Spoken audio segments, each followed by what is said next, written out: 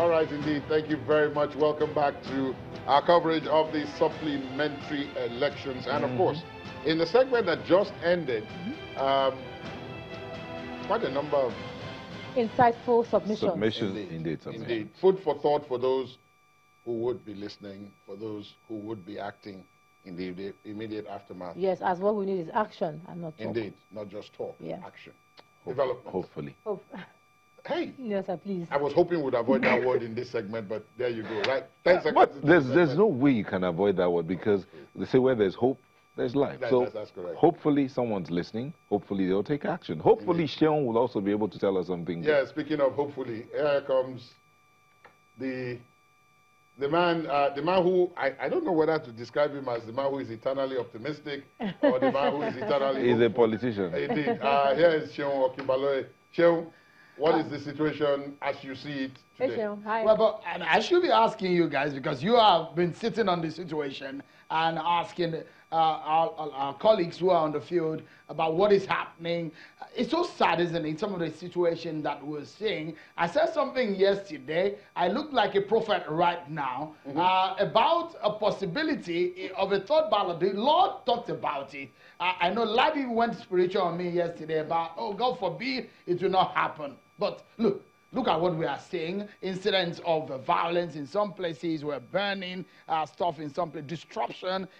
That's a barbaric. But we had Mustafa Leki rather, yes, and he said no supplementary after supplementary, meaning no third ballot, I guess. There will be no third ballot. Hopefully. So that we talked about hope the other time, hopefully. Amongst other things, they don't have the money. In this case, he's a definite. He says there's no supplementary after supplementary. So that prophecy is a little bit... okay. Well, not in totality. In the political language, they say it get leg. That prophecy has leg.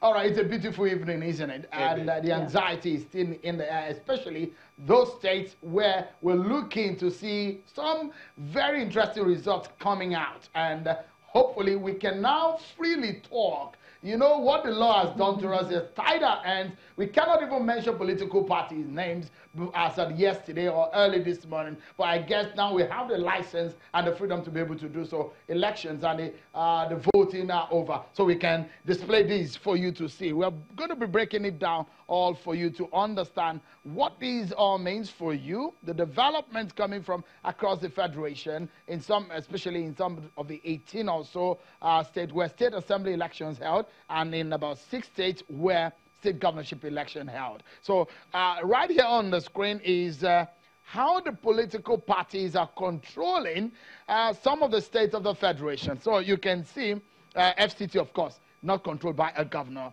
it's controlled by a minister. So we won't give it a color that we distinguish it, just controlled by a minister there.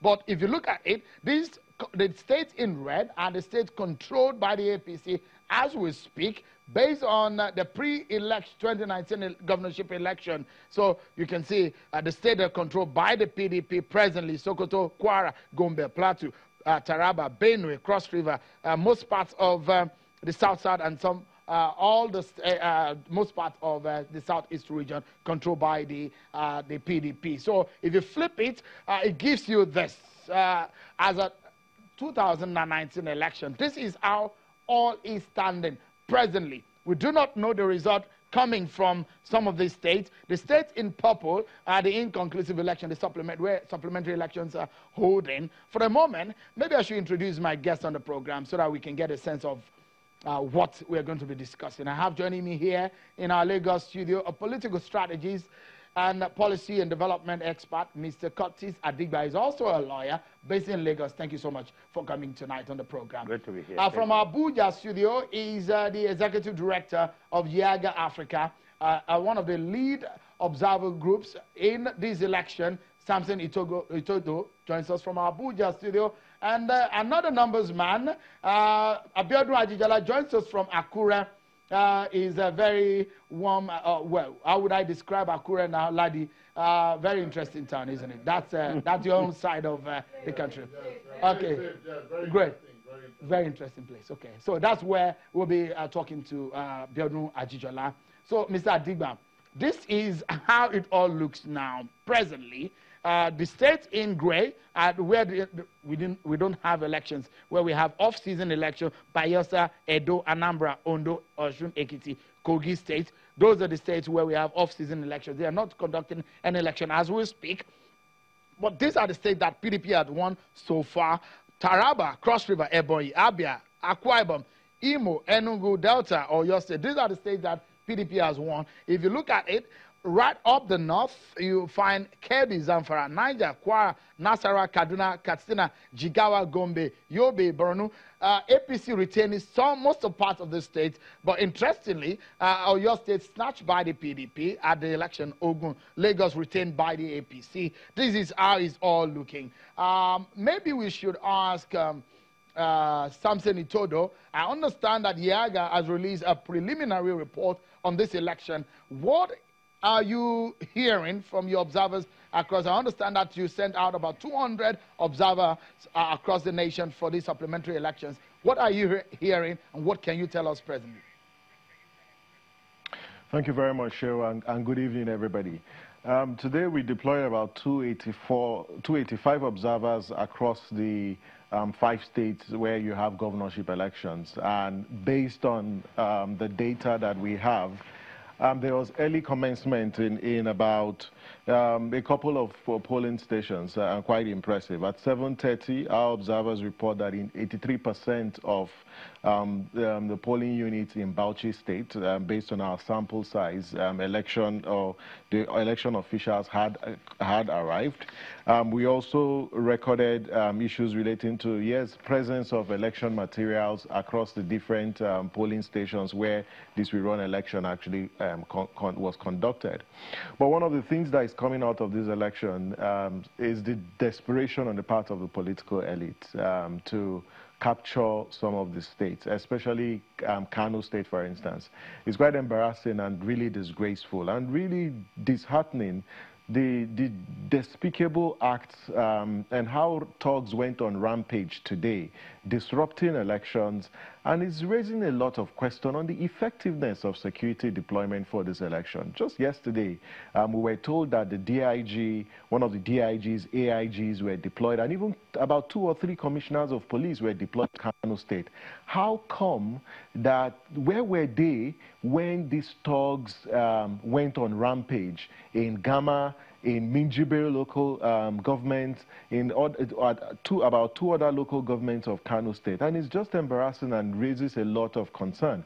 We are still waiting for the results, but from our observers who are deployed to the collation centers shown, it might interest you to know that just like we saw in the March 9th elections, security agencies, particularly the police, are preventing observers from observing the results collation. In Otukpo, that happened, as well as in Boko, a local government of Benue State. In Nasarawa, local government of Kano State, the police have also been reported to have prevented observers from accessing the polling station. And we know that this collation process is the weakest link, and therefore it is important to have observers in the collation centers to monitor this collation process. But it's very, very disheartening and embarrassing to see the level of desperation of our political parties and how thugs went on rampage today without any form of reprimand or even resistance from the security agencies. And it's very, very sad for us. So you talked about 2 states that they're not so interesting in terms of what is coming out in those states. You talked about Kano here, and you talked also about Benue State, isn't it? Where you talked about Otukpo. I know Otukpo is in Benue State, isn't it? And you talk about Gama in Kano State. Biodun Ajijola, you've monitored elections in some of these states. Have we seen a history of electoral violence that could have led, or what perhaps do you think could have led to this kind of incidents that we've seen in these 2 areas? Yeah, good evening. Thank you for having me. Well, you know that this is a supplementary election. And let me take you to the Osun election we had in September last year, when we also had a supplementary election. you know, when the supplementary election comes, there is a concentration of all forces in terms of,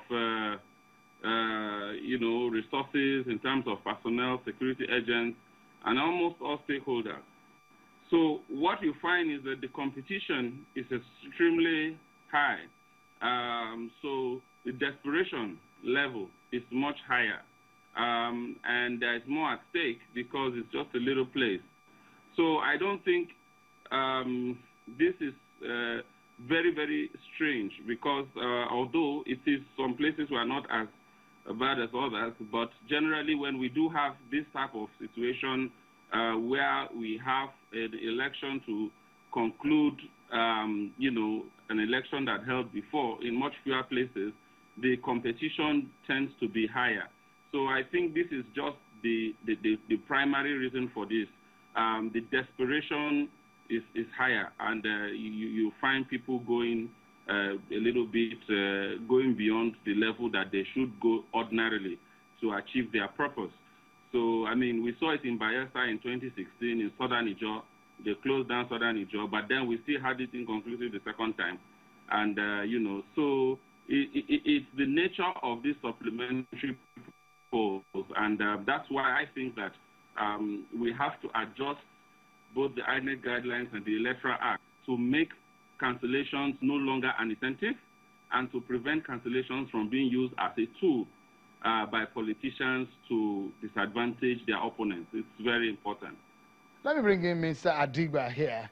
I would think, Mr. Adigba, if you look at the electoral map here, that a state like Sokoto, for example, will be more intense in terms of the power play. If you look at the presidential election, which, of course, I will pull up the map there, a real-time map that will show us what was like in the presidential election, the outcome.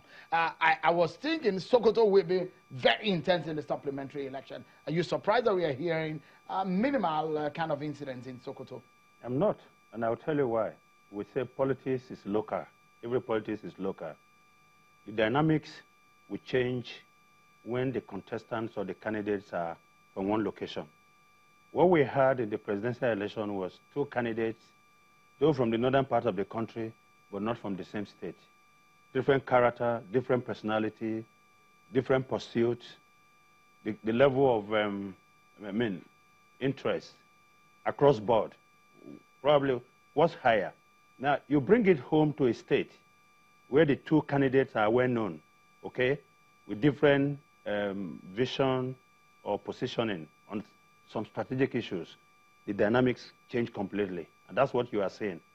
Instead of the large size in terms of the difference between one candidate and the other in the last presidential election, what you are seeing is a close race, neck to neck. You know, and that's why it's very, very intense. So is that what you know this terrain so well? You know this terrain so well, and you perhaps are aware of what is happening here in Plateau State. For Benue, what can you say, and especially Kano State, the kind of interplay that we're seeing, especially earlier today in those two states? You know, like Biodun said, when you have a supplementary election, the stakes are higher. And what that means for states where you have the incumbent, you know, it becomes, you know, a bit difficult to overcome. But what we've seen in the northern part of the country all the time is that there's a level of political sophistication built around the issues that they want to be in the front burner of every election. And so that might not necessarily apply. But I come from Benue State, so I can tell you for free. Given what we saw in the last election and the gap between the incumbent governor and his challenger, for me, it's a done deal. You know, because what it means is for Jimmy to win, he's got to score 98% of the votes. Outstanding. Yeah. That is not going to happen. We'll go into it because we have a breakdown of all of that. Let me run to Abuja again with Samson Itodo. Let's get a benefit of the knowledge of what your observers have told you today. And with what we saw in the main election, And what we're seeing in supplementary election, we heard from the police. The police, they say AIGs, about 5 of them, DIG, about 3 of them. We had 15 commissioners of police that have been spread across where we had supplementary elections. And the kind of attention that the security operatives had given these supplementary elections, are you surprised that we're seeing this kind of incident? And look, there's been a lot of criticism on the Nigerian army, the Nigerian military generally, about their role in the last election. What do you think perhaps would have been a way out? Well, I think what would have been a way out, first, is a moderation of the desperation on the part of the ruling political elite to seize power at all cost or gain power at all costs. The security agencies, you'd expect to uphold the principles of patriotism, non-partisanship, and professionalism in executing their functions. But they allow themselves to be instrumentalized by the politicians. So what you see is agencies of state that ought to protect citizens and provide security for INEC become very partisan in their management of election security operation. So first, it's about the character of who is actually in command, who gives that order. The second is, if you look at the thugs who went on rampage today in Kano State, those thugs, in my view, and in the views of most Nigerians, had assurances and protection of certain individuals who are in high places. Else, this level of impunity wouldn't have been exhibited the way and the manner it was exhibited today. And so when you look at these states, you ask yourself, if we deployed, and if the security agencies deployed massively for these elections, could it be, or does it mean that they were overpowered by the thugs who went on rampage today? And so, again, like I said, and Yaiga Africa made the point that it raises questions on the effectiveness of our deployment for, for the security deployment for this election. The third issue is... sorry, Samson, before you go further, just a moment, Samson. Maybe my producer can pull up the video, the amateur video that we got from Kano State. So our viewers can, and I'll allow my guests to talk through these visuals of some of the kind of incidents that came up in Kano State today to give a sense of what could have been done differently. So there you go. Samson, this is one of the incidents. What are your greatest fear? I mean, well, Mr. Lekki had said there might not be any supplementary election after this supplementary election. But I did say yesterday we've seen a supplementary after supplementary elections. What are your greatest fear after the supplementary election of today? Considering this kind of incident. My greatest fear is no one is going to accept the outcome of this election, because in actual fact there are critical questions that are asked. Was there actually an election in Kano State? If there was an election in Kano State, in which polling units and which local governments did the election held, and they were concluded in a manner that guarantees the integrity of the process? And for places where they were disrupted, they need to be isolated. But I tell you, this is going to be a matter that the court will have to decide. But we need to also urge, first, the stakeholders in Kano, particularly the governor, the incumbent governor of the state, and the former governor of the state, Senator Kwankwaso, on the need for them to moderate the comments that they make, and also put the interest and the political stability and the peace of Kano State into consideration, and talk to their supporters that no matter what declaration INEC makes, there is a legal and a civil way of electoral dispute resolution, and that should be the resort that they should make. But their supporters and their thugs should not in any way take laws or take arms against the state or take laws to their hands. The second is the security agencies. Again, it comes back to the fact that we have recorded massive deployment of security agencies to these states. Can our security agencies, perform their functions and arrest these thugs who have won intimidated voters and INEC officials, who have burnt election materials and have disrupted the process because they have committed offenses? Can they arrest these thugs and prosecute them so they hold them to account?